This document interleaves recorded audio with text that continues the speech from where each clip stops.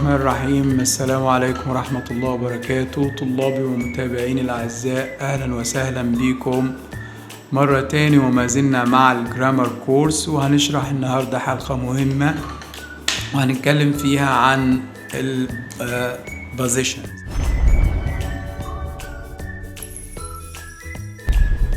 اللي هي الملكية، أساليب التعبير عن الملكية. عندنا البوزيشنز بتنقسم لقسمين: possessive adjectives اللي هي صفات الملكية، و possessive pronouns اللي هي ضمائر الملكية، والاتنين بنستخدمهم للتعبير عن الملكية. يبقى الملكية عندنا بتنقسم لنوعين: صفات ملكية اللي هي possessive adjectives، وضمائر الملكية اللي هي possessive pronouns. عندنا البوسيسيف adjectives اللي هي my, his, her, its, your, our, their. هو يعني اصلا صفات ملكية؟ احنا قلنا قبل كده الصفة تصف الاسم وتأتي قبله، علشان كده دايما صفات الملكية بتأتي قبل الاسم، وانا بستخدم صفات الملكية اساسا وضمائر الملكية لكي أنسب الشيء لصاحبه. يبقى صفات الملكية وضمائر الملكية الاتنين بستخدمهم للتعبير عن ملكية الشيء. وما دام قلنا صفة ملكية، لو احنا فاكرين قبل كده لما رجعنا الصفات، وممكن ترجع لها للفيديو بتاع الصفات، الصفة تأتي قبل الاسم، وهكذا أيضا صفات الملكية تأتي قبل الاسم. يبقى ماي بمعنى ملكي، هيز بمعنى ملكه، هير بمعنى ملكها، اتس معنى ملكه أو ملكها لغير العاقل، غير العاقل. يور معناها ملكك أو ملكك أو ملككم. اور معناها ملكنا، لما يبقى الشيء بتاعنا كلنا بنقول our، يبقى ملكنا. their ملكهم، سواء جمع مذكر أو جمع مؤنث. أقول مثلا my car يعني سيارتي، هقول مثلا his car يعني سيارته، her car سيارتها ملكها هي. لما اقول مثلا على I have a cat its tail is long، its tail هنا قلنا its دي بتستخدم لغير العاقل، its tail بمعنى ذيلها.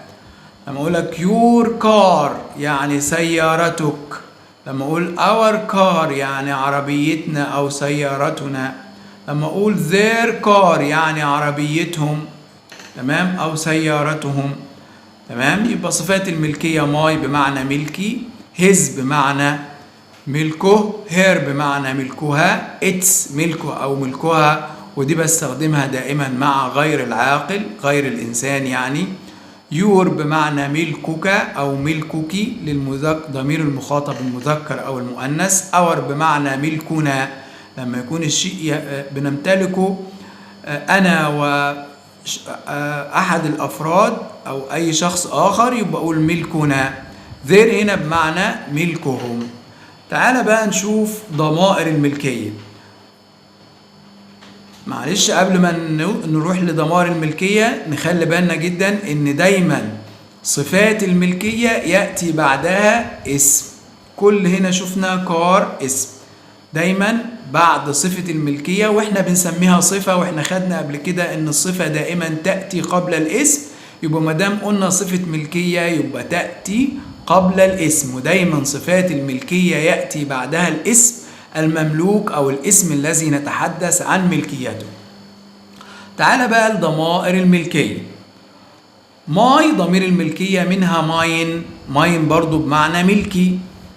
هيز ضمير الملكية منها هيز زي ما هي. هير ضمير الملكية منها هيرز.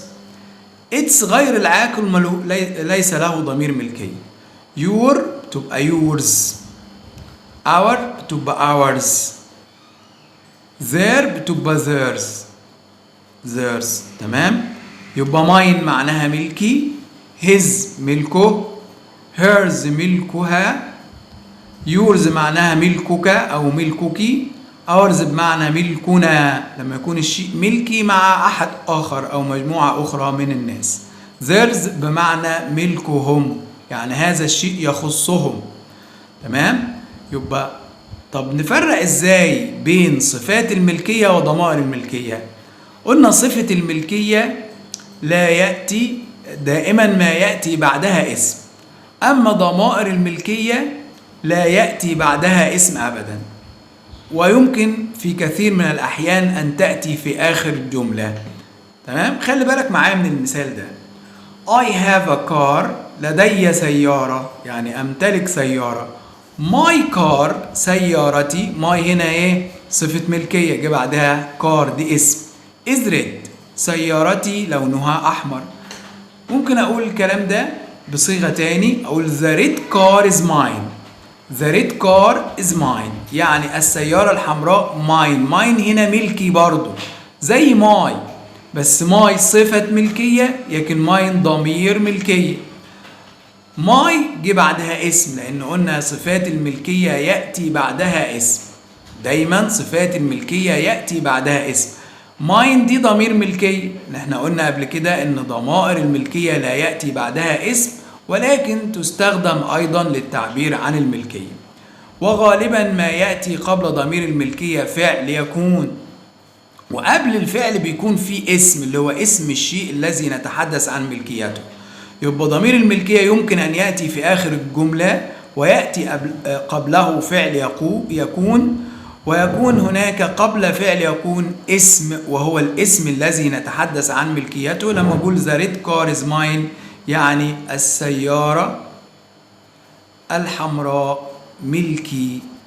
وهناك قلت my car is red يعني سيارتي حمراء. قلت نفس الجملة بس بطريقة تاني. في الجملة الأولى my car is red استخدمنا صفة ملكية my، وفي الجملة الثانية استخدمت mine the red car is mine يعني السيارة الحمراء ملكي. mine هنا ضمير ملكية. تمام. يبقى صفات الملكية ما يميزها أنها يأتي بعدها اسم، أما ضمائر الملكية لا يأتي بعدها اسم. أتمنى تكون استفدتم من هذه الحلقة، وما تنسوش الإعجاب بالفيديو ومشاركة الفيديو ليستفيد به الآخرين. والسلام عليكم ورحمة الله وبركاته.